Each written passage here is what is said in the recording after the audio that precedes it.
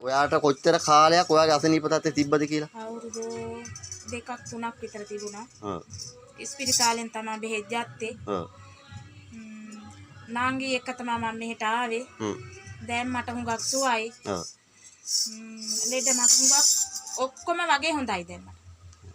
දැන් ඔයාට සතුටුයිද ඒකේ? සතුටුයි මට. හරි. එතකොට ඒක මේ කාගේ ආනුභාවයක්ද? පත්තිනි අම්මගේ බෙහෙතෙන් ඔව්. අපිට සිතක් සාන්තියක් යහපතක් වුණා. යහපතක් වුණා.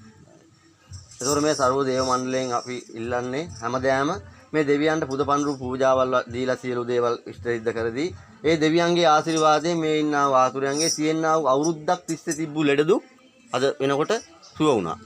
ඒකෙන් මේ දෙවියන්ට පතන්නා වූ බෝධියෙන් සිද්ධපත්ින් දෙවි හාමුදුරන් වහන්සේ ඔබ වහන්සේගේ ආනුභාව බලයටද මේ ඊශ්වර මහේශ්වර කතේශ්වර නාථේශ්වර ශ්‍රී විෂ්ණු දෙවි හාමුදුරනේ ගණේශ්වර දෙවි හාමුදුරන් ඇතුළු හතරකම දෙවි හාමුදුරනේ සමන් දෙවි හාමුදුරන්ටද ඒ වගේ මහා භද්‍රකාලී අම්මේ කාලී මෑණියන් සෝහන්කාරී අම්මේ දරිමුණ්ඩ දෙවි හාමුදුරන් ඇතුළු සියලු දේව මණ්ඩලයට අපි මතු බුද්ධත්වයට පත් වෙන්නේ මේ දෙන්නා වූ මේ ආසුරෙන් දෙන්නා වූ සියලු අනුමෝදන් අරගෙන මතු බුදුවත් වෙන්න මේ විවරණ ලැබේවා සාදු සාදු.